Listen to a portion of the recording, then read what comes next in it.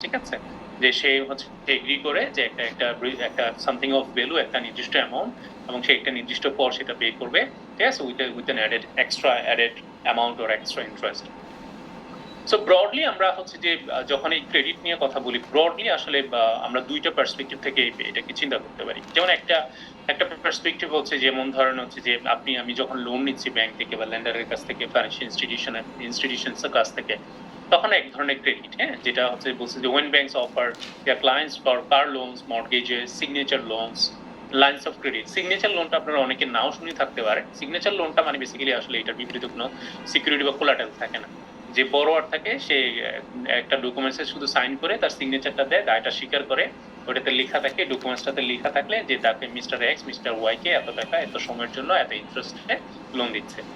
তো এখানে যে বড়োয়ার থাকে সে হচ্ছে ওই দায়টা স্বীকার করে সিগনেচার দেয়, তখন হচ্ছে এটা একটা ডকুমেন্টস হয়ে যায় আর কি। তো এটার বিপরীতে কোনো সিকিউরিটি বা কোলাটেরাল লাগে না, এই জন্য এটা একটু রিস্কি ধরা হয় আর কি। বলছে those are for all forms of the credit, হ্যাঁ, বলছে essentially the bank has credited the money to the borrower and the borrower must pay back at a future date with a added interest.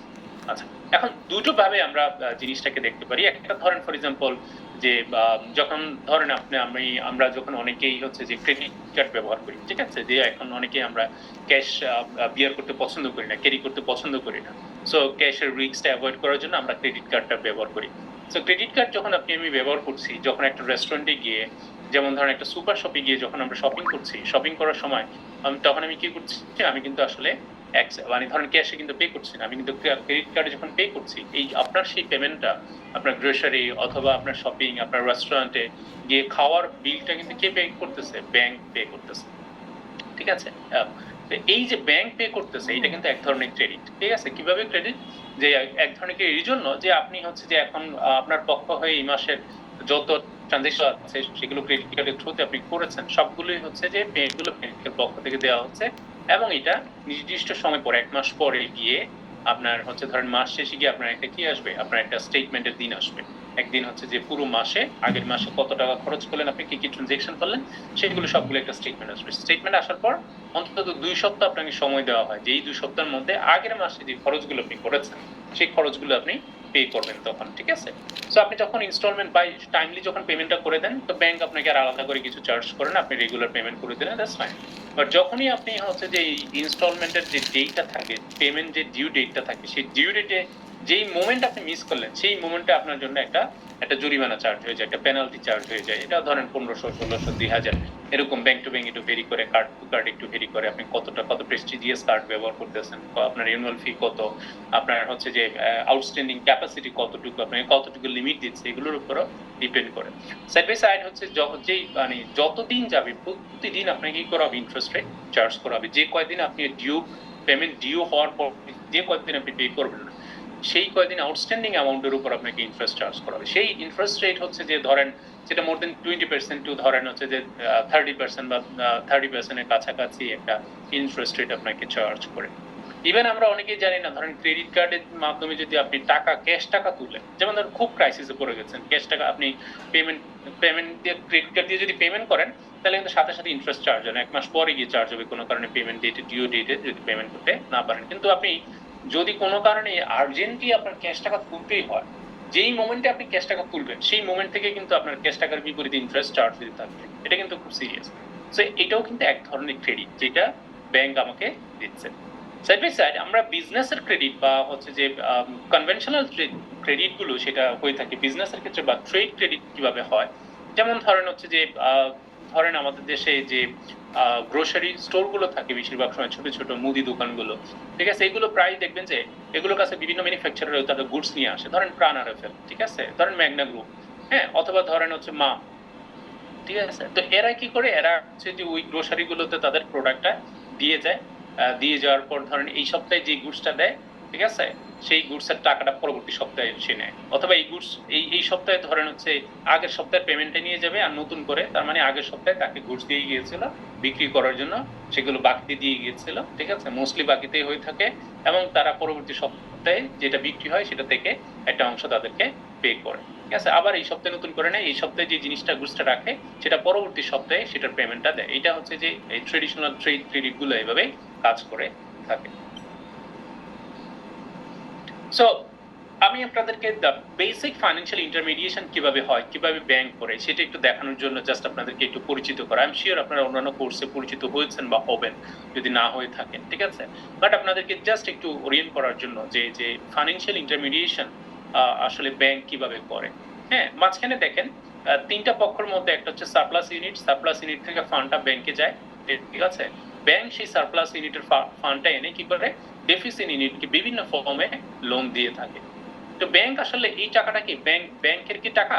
আসলে প্রকৃতপক্ষে কিন্তু bank তার নিজের টাকাটা আসলে হচ্ছে বড়োয়ারকে দেয় না। ব্যাংক হচ্ছে ডিপোজিটরদের কাছ থেকে, সাধারণ পাবলিকের কাছ থেকে যে ডিপোজিটটা কালেক্ট করে, ঠিক আছে? Those who are the surplus unit people. এখন সারপ্লাস ইউনিট পিপল কেন বলছি? যাদের কাছে, যাদের আর্নিংস ধরেন হচ্ছে হাউস হোল্ড, ফার্ম, কর্পোরেট বা ফার্ম এবং গভর্নমেন্ট, ঠিক আছে? এখন হাউস হোল্ডের কাছে যদি তাদের ইনকাম বেশি হয়, তাদের টোটাল এক্সপেন্ডিচারের তুলনায় যদি তাদের টোটাল ইনকাম বেশি হয়, তখন তাদের একটা সেভিংস পোর্শন থাকে। একটা পোর্শন তারা ইনকামের, একটা পোর্শন তারা কি করে এক্সপেন্ডিচার করে, আর বাকি একটা পোর্শন তাদের সেভিংস থাকে। তো সেভিংস যাদের থাকে তারা হচ্ছে তখন কি করে মনে করে যে হাতে যদি টাকা রেখে দেই তাহলে হচ্ছে এটা লস। কারণ প্রতিনিয়ত আপনারা জানেন যে টাইম ভ্যালু অফ মানি অথবা ইনফ্লেশনের কারণে টাকার মানি ভ্যালু হারাতে থাকে, পারচেজিং পাওয়ার অফ দা মানি প্রতিনিয়ত কমতে থাকে। তখন তারা কি করে একটা বেনিফিট পাওয়ার আশায় ব্যাংকের সাথে রাখে, তো ব্যাংক একটা সামান্য একটা রিটার্ন তাদেরকে দেয়। আবার ধরেন ফার্মস, যাদের কাছে যে ফার্মগুলো গ্রোথ স্টেজের প্রোডাক্ট লাইফ সাইকেলের ধরেন একটা গ্রোথ ফেজে আছে, অথবা ধরেন একটা স্টেবল ফেজে আছে, ভালো বিজনেস করেছে, তাদের প্রোডাক্ট ভালো চলে, ঠিক আছে?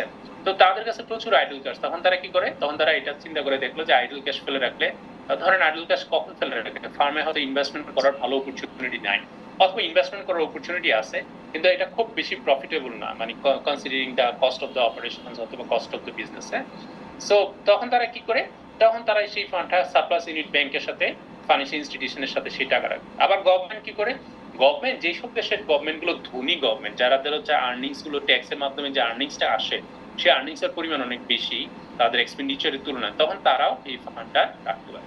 তো এই যে সারপ্লাস ইউনিটের পিপল গুলো, তাদের কাছ থেকে যে ফান্ডটা এক্সট্রাক্ট করে ব্যাংক বা ফাইন্যান্সিয়াল ইনস্টিটিউশন, সেই ফান্ডটা সে এখন বলতে পারছে সারপ্লাস ইউনিটের পিপল কেন রাখবে ব্যাংকের সাথে টাকা? কারণ আসলে ব্যাংক হচ্ছে তাদেরকে একটা গ্যারান্টি দেয়। যে কি গ্যারান্টি? যে সাধারণ মানুষ জানে যে মানি ম্যানেজমেন্টের জন্য bank is very specialized, bank is very sophisticated, bank is very experienced. হ্যাঁ, তারা জানে how to deal with the money, how to procure the money, এবং হচ্ছে যে কিভাবে মানিটাকে সাকসেসফুলি হচ্ছে যে ধরেন বড়োয়ারদের কাছে চ্যানেল করতে হয়, এবং সেই বড়োয়ার সিলেকশনের ট্রেড সেটা ব্যাংকাররা, সেই তাদের প্রফেশনাল লোকজন থাকে, তারা অ্যাসেসমেন্ট, প্রপার ক্রেডিট অ্যাসেসমেন্টের মাধ্যমে তারা they can pick the right borrowers, ঠিক আছে?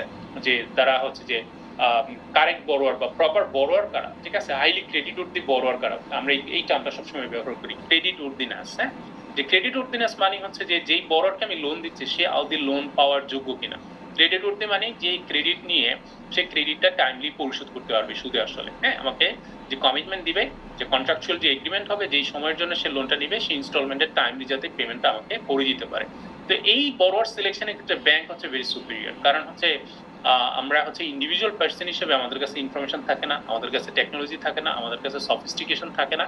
এই জন্য দেখবেন পার্সোনালি মানুষ হচ্ছে যে একজন আরেকজনকে যদি টাকা দেয়, পরিবারের মধ্যে, বন্ধু বান্ধবের মধ্যে প্রায় সম্পর্ক খারাপ হয়। কারণ ওই যেহেতু বন্ধুর থেকে টাকা নিচ্ছে, মনে করে আর ওরা টাকা না দিলে ও কি বা করতে পারবে, কয়েকদিন থ্রেট দিবে, আর প্রতি কিছু করতে পারবে না। বা পরিবারের মধ্যে, এই জন্য হচ্ছে যে অনেক সময় আমরা কি করি, আমরা এই রিস্কটা অ্যাভয়েড করি যে ভাই যে এটার জন্য স্পেশালাইজ তার কাছে এই টাকাটা রাখি, সে কাকে দিবে না দিবে সেটা তার ব্যাপার, আমি যখন টাকা চাইবো, আমি টাকা পাইলেই, গ্যারান্টি পাইলেই সেই চলবে।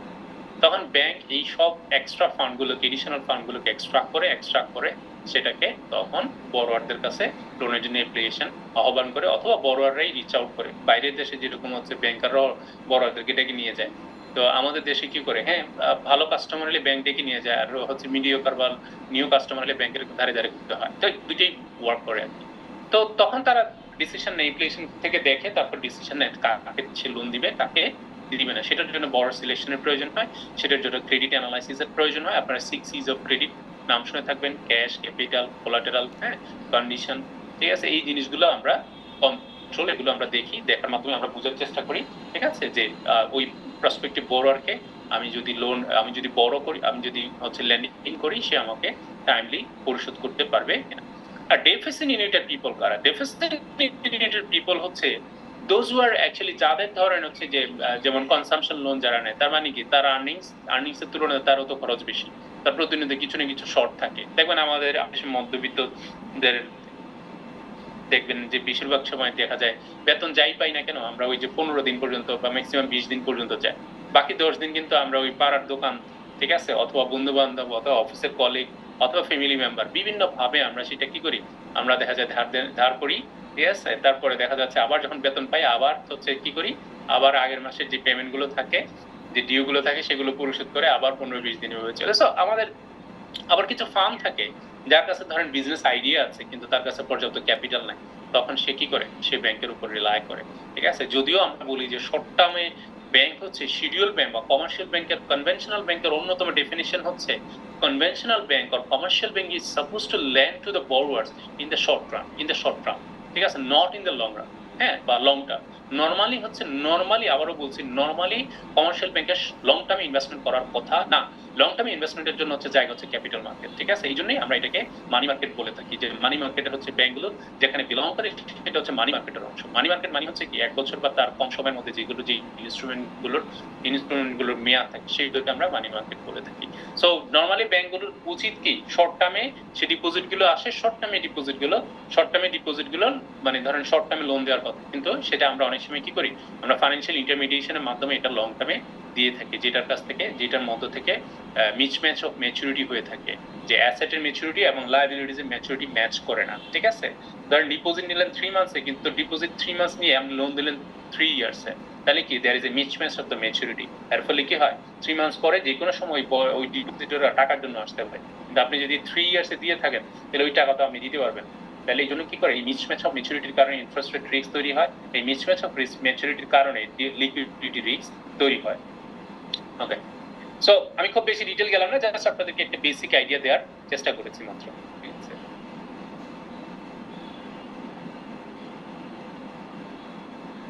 ওকে, so forms of the credit হচ্ছে একটা হচ্ছে ফান্ডেড ক্রেডিট আর একটা হচ্ছে নন ফান্ডেড ক্রেডিট।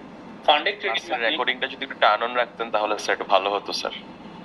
রেকর্ডিং হচ্ছে অন্য রেকর্ডিং আছে, সো রেকর্ডিং দিব, অসুবিধা নেই, কোনো অসুবিধা নেই। Thank you sir. Okay, so funded credit বা নন ফান্ডেড ক্রেডিটের কথা যেটা বলছি,